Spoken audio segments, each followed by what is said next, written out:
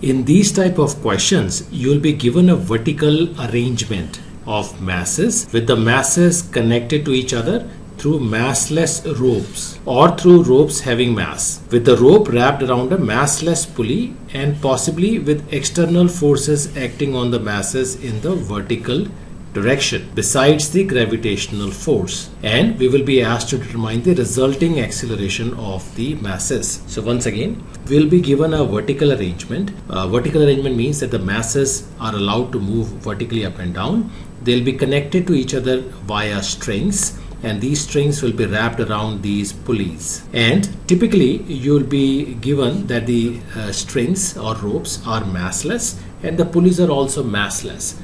But in some problems you might be given that these ropes have mass as well. So the steps for whether the ropes are massless or not pretty much remain the same. Now in these kind of problems we'll essentially encounter three types. So number 1, number 2 and number 3 I'll quickly draw up here. So now in the first question type, the masses are connected to each other in such a way that their acceleration, that their motions are geometrically connected. What does that mean? If I move m1, then m2 also moves. If m1 moves by an acceleration a1 in the downward direction, m2 will move with acceleration a in the upward direction. The magnitudes of their accelerations are same. Magnitudes are same. Okay. Now in the second scenario, where we have 2 pulleys and 3 masses with this pulley free to move vertically up and down, here we will have 2 different acceleration variables. Let's call the acceleration of mass m1 as a1. So in which case the acceleration of m3 will be a1 plus a, and the acceleration of m2 can be taken as a1 minus a. Now there might be some confusion as to why I have taken the signs of m2 and m3 in the downward direction. It doesn't really matter, right? So let's first understand what have we done. In such scenarios, we know that this pulley moves with the same acceleration as m1. Okay. Now the 2 masses m2 and m3, they're able to slide, or they're able to move with respect to the pulley. So let's call that acceleration a with respect to the pulley, right? So once again, this a is the acceleration of the masses with respect to pulley, and this a is downward for m3 and upwards for a. Now if you assume that a1 is greater than a, in which case the mass m2 will end up having a net downward direction. Why? Because this pulley is coming down faster than this m2 is going up, in which case you can assume the acceleration to be downwards. As for m3 is concerned, now the pulley is moving downwards with a1, and with respect to the pulley, m3 is moving with acceleration a in the downward direction. So the net acceleration with respect to the inertial frame of reference, with respect to the ground, will be a1 plus a. Now in the third scenarios, you will encounter force acting on the rope or the pulley, right? On the rope or the pulley.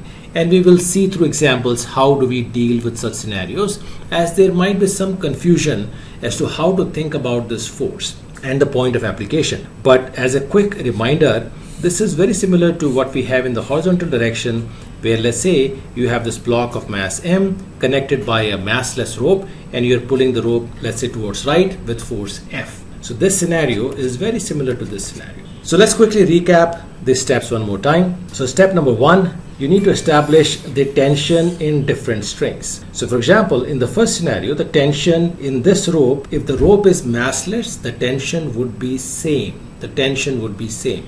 Why?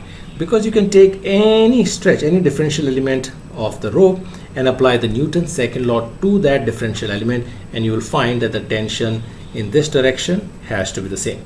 So you can keep doing it all along the rope, and you will see that the tension has to be the same along the entire string. Now let's look at the second scenario. In the second scenario, the tension in the 2 ropes, right? So this is my first rope and this is my second rope.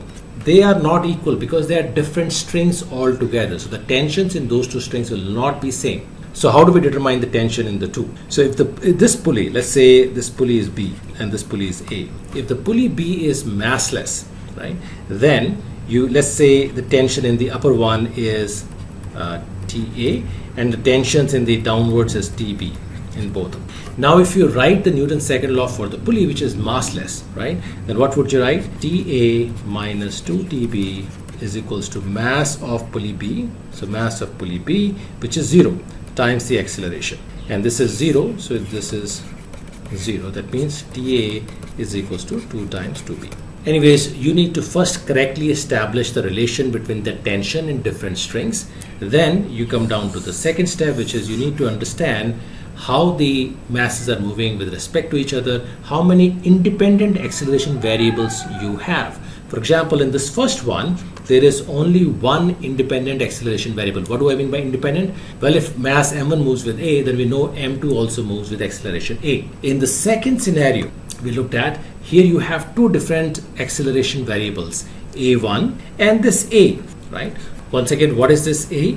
This a was the acceleration of these two masses m2 and m3 with respect to this pulley B. With respect to this pulley B, that's what this acceleration a was. So there you have, so in this scenario you have two independent acceleration variables, a1 and a. After that, the next step involves drawing the free body diagrams for each of the masses, and make sure you account for the gravitational force, for the tension forces, and if any other forces. Make sure you do not make any mistake in drawing the free body diagrams. It is important. And then you apply the Newton's second law. Then you apply the Newton's second law to all these masses independently, and then solving them, you will find the desired unknown. So let's go ahead and look at those three different scenarios we spoke about. So in the first scenario, we will have the masses which are geometrically connected. That means their accelerations, the magnitude of their accelerations are the same.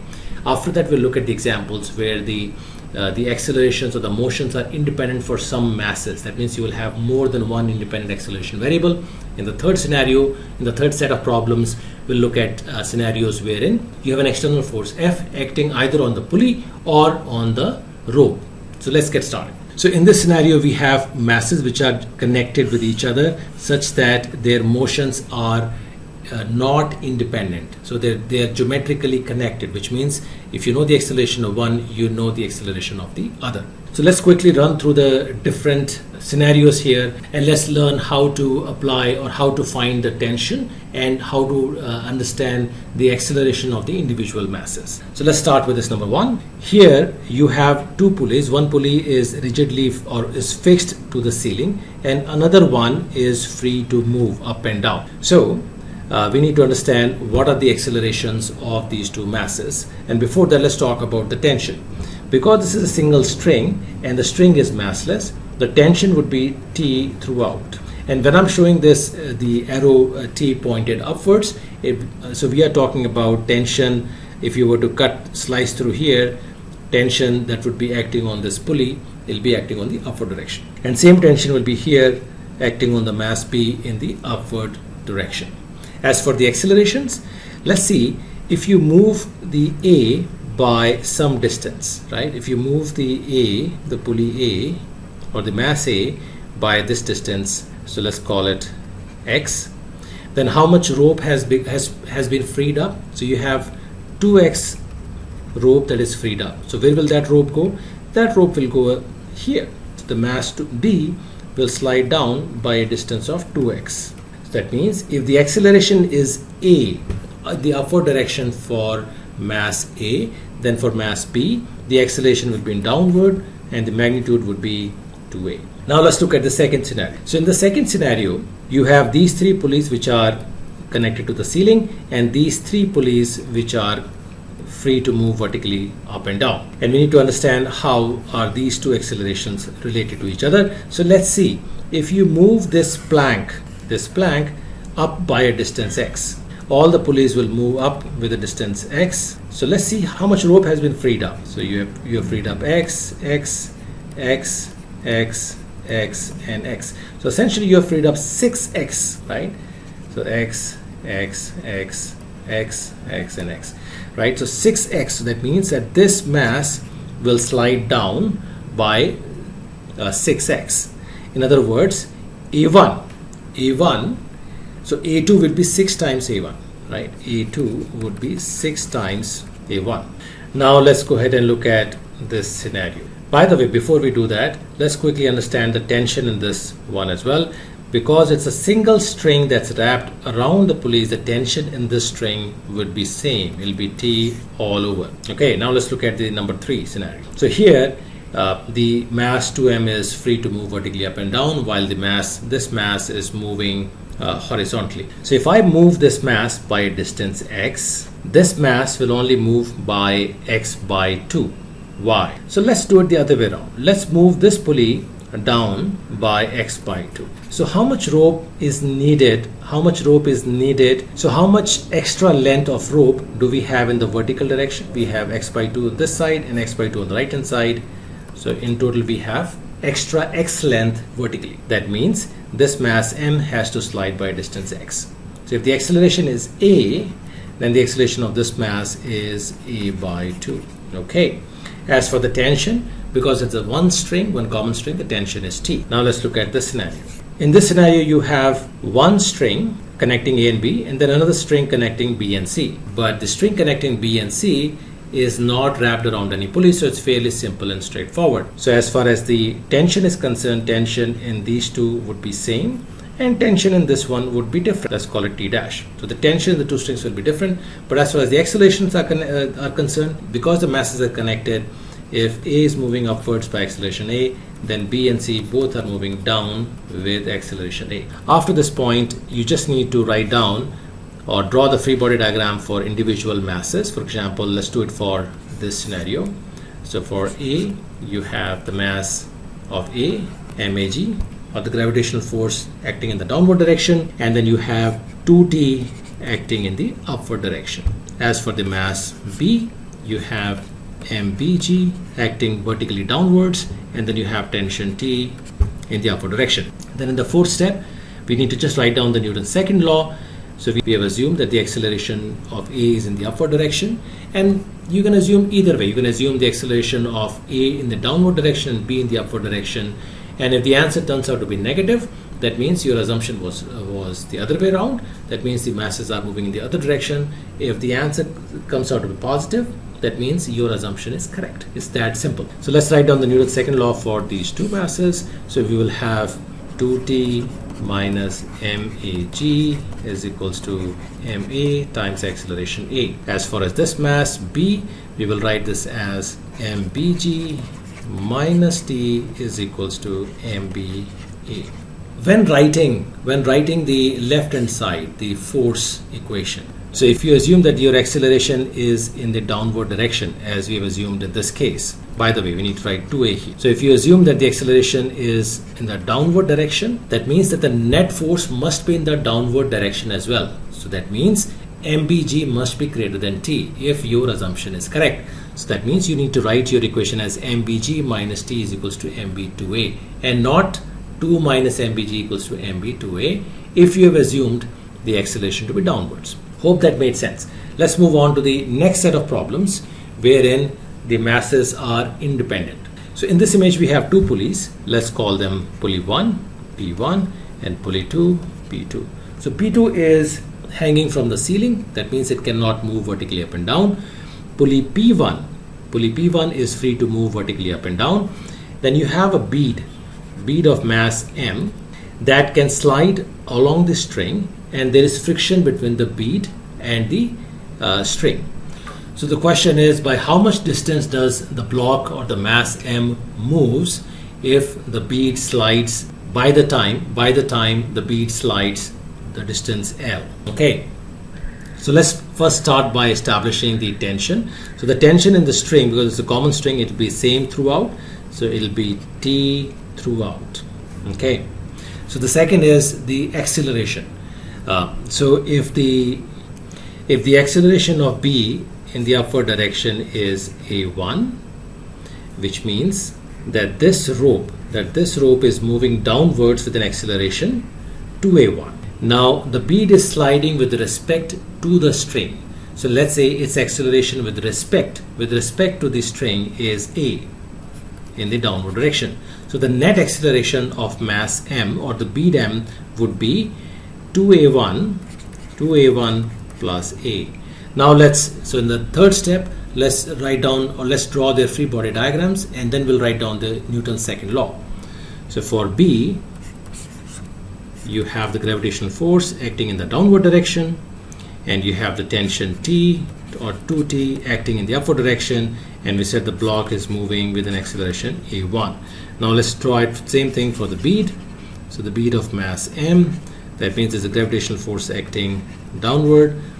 There is a frictional force acting in the upward direction, right? There's a frictional force acting in the upward direction. Let's call it F. But this F is the same as the tension T. Why? Because this bead exerts a frictional force on the string in the downward direction. So once again, if this is my string, so there is a frictional force in this direction, right? Frictional force F. And this string only feels the frictional force F in the vertical direction. So now if you were to draw the free body diagram for any length, you will see that the tension in the string has to be F. T has to be equals to F. Okay, so we have our free body diagrams and we have our accelerations as well. So let me write this down as 2a1 plus a. So let's write down our Newton's second law for these two masses. For this one, it will be 2t minus mbg is equals to mb times a1.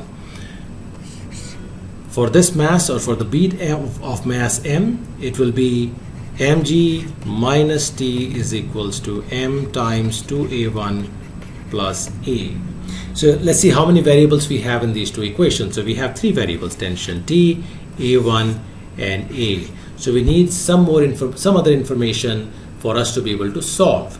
So let's see what other information is given. We have been given that, okay, now we have been asked to find the distance that the block B travels when the bead slides a distance L along the string and comes out of the string. Okay, so how much time does it take for the bead to slide out of the, or to travel a distance L if its acceleration is a?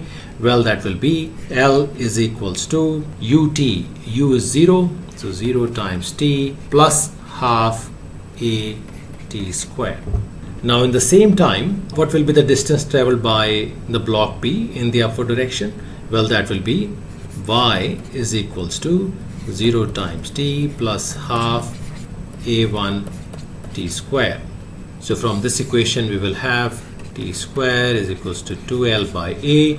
From this equation we have t square is equals to 2y by a1, which means that y, or 2y by a1, is equals to 2l by a, which means that the distance that you're trying to find is equals to L into a1 by a. And we have also been given that the mass mb is 2m. So this equation will change to 2t minus 2mg is equals to 2ma1, or simply t minus mg is equals to ma1. So let's number our equations. This is number 1, this is number 2, and this is our equation number 3. So from 1 and 2 we will have, so if we simply add them up, we will get 0 on the left hand side is equals to m 2a1 plus a plus ma1, which means that 3a1 plus a is equals to 0, or a is equals to minus 3a1. So what does the minus sign signify? The minus sign signifies that the direction of a and a1 that we have assumed are opposite to each other. So we know that the bead will slide down, bead will slide downwards, and what that means is that a1 will be actually in the other direction. So a1 will be in this direction. That means b will be moving downwards rather than upwards. So that means that the rope is going to move upwards, but the bead is going to slide down. Okay, and the net acceleration of the bead will be in the upward direction, not in the downward direction. Once again, for the bead, the net acceleration will be in the upward direction. Okay, so we have this relation. So what that means is that your a1 by a is equals to minus 1 by 3. So from equation 3, then we have the distance traveled by the block B, which we initially assumed to be in the positive direction, in the upward direction. So this y would be minus L times 1 by 3, or minus L by 3, which means that B actually moves downward by distance L by 3 by the time the bead slides out of the string. Okay, So now let's move on to the next set of problems. So in these problems, we will have external force acting on the rope or the pulley. Once again, we will have external force acting on the rope and the pulley. So we'll learn how to think about such problems. Okay, so starting with number 1. So we have force F acting on the string, on one end of the string. So first question to answer is, what will be the tension in the entire string? Well, if you take any point, any two differential points along the string, you will see that this tension has to be the same as the force F. That means that the tension is everywhere it's force F, right? Okay, now the second step, let's understand how the accelerations are related. Well, in this case, we are not really interested in the acceleration of the rope. We are only interested in the acceleration of the mass of 2 kg. So let's say that the block is moving upwards with acceleration A, and typically we will not be interested to know what is the acceleration of the point of application of the force. That means what is the acceleration of the rope itself, right? So we'll not be interested in such things. But if you were interested in that, then the acceleration of the point of application of force F in the downward direction, once again, the rope would be the point of application where the force is being applied, will move downwards with the acceleration 2a if the mass 2 kg is moving upwards with the acceleration a. So now as a third step, you just need to simply write down or draw the free body diagram. For the 2 kg mass, the weight would be downwards, or the gravitational force would be downwards, the magnitude would be 20 newtons, and the tension, which will be 2t or 2f, will be acting upwards. So here we know 2f, we know the force downwards, so we can write a Newton's second law as 2 times F minus 20 newtons is equals to mass times acceleration. F is 40 newtons, so we'll have 40 minus 20 newtons is equals to 2a, or a is equals to 10 meter per second square. Now let's look at the other problem. So here the force is acting on the pulley. Force F is acting on the pulley, which is massless. The other pulley B is also massless. Now this string, this string, let me call this string 1. This is one single string which is massless, so the tension would be same throughout. Let's call it T. And the tension in the other string would be different. Let's call it T dash. So what will be the relation between the two tensions, T and T dash? Well, in this case, T would be equals to 2T dash Y, because if you were to write your Newton's second law for the pulley B, which is massless, then you will get T minus 2T dash is equals to 0 times whatever the acceleration of the pulley B. So this right hand side is 0, that means tension T would be equals to 2T dash. Okay, so we have figured out our tension. Now let's talk about the acceleration of the masses small m and capital M. Well, the scenario is not that simple. Why? Because if the force F is not large enough to pick up any of these two weights. In other words, if the tension T dash is less than mg, in other words, if T is less than 2 mg, or F, which is equals to 2T, right? Once again, F is equals to 2T, which means if F is less than 4 mg, assuming that the small m is less than capital M, then none of those two masses will be lifted upwards and the entire system will be stationary. But if F is greater than 4 mg, then what will happen? Again, there will be two scenarios that will happen.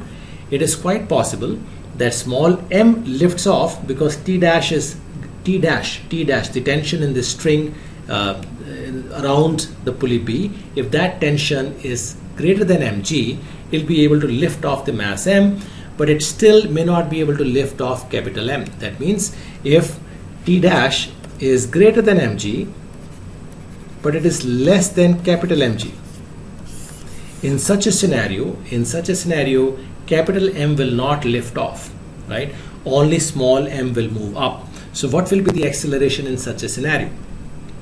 Well, if you assume that the pulley B is moving with acceleration a1, then what will be the acceleration of small m? Well, the acceleration of small m would be 2a1 in that case. Now let's talk about the third scenario, in which case T dash is greater than mg. Okay, T dash is greater than mg, that means both the masses will lift off from the ground. Now the acceleration of the pulley B and the masses m and m are not connected to each other. Now they are geometrically independent. So you will have to assume that if the acceleration of pulley B is a1, then assuming that the acceleration of masses m and capital M with respect to the pulley B is a, in which case the acceleration would be, so mass m will come down, so the acceleration would be, let's say, a1 minus a, and for the small m, it will be in the upward direction, it will be a1 plus a. Okay, hope that made sense. If not, you might want to rewind the recording and listen through it again. Okay, now let's look at the third scenario. So in this third scenario, we have masses A and B, and you have these four pulleys which are fixed. That means they cannot move vertically up and down. And then you have this fifth pulley which is free to move vertically up and down. And there is a force in the magnitude 10T acting on that pulley. So this scenario is very similar to the one that we just discussed. So because force is changing with time, at time t equals to 0, F is equals to 0. F is equals to 0 at t equals to 0. None of the masses will lift off. By the way, let's talk about the tensions, right? So the tension, because it's a common string, the tension would be T everywhere. And what will be the tension? Well, the tension depends on force F. So the tension would be 2T will be equals to F. That means tension will be equals to F by 2. Tension will be 5T. Okay. So when this 5T becomes greater than MAG, A will lift off. And when this tension becomes bigger than the mass B, then B will lift off. So once again, if the force is not large enough to lift any of these two weights, the system is stationary. But once one of the masses lift off, the acceleration of this big pulley and this one of the masses, they will be interconnected, right? They will be geometrically connected, and you can find that relationship. In this case, it will be that the acceleration of A would be twice the acceleration of this bigger pulley. So if the bigger pulley is moving up with acceleration A, this will move with acceleration 2A. Now, as far as B is concerned, as long as B is not lifted, that relationship holds between the acceleration of the mass A and the bigger pulley B, or the bigger pulley. But once the B lift offs, then the acceleration of these masses and the acceleration of the bigger pulley, acceleration of this bigger pulley, they are not geometrically connected. So now we will have the acceleration unknowns or acceleration variables.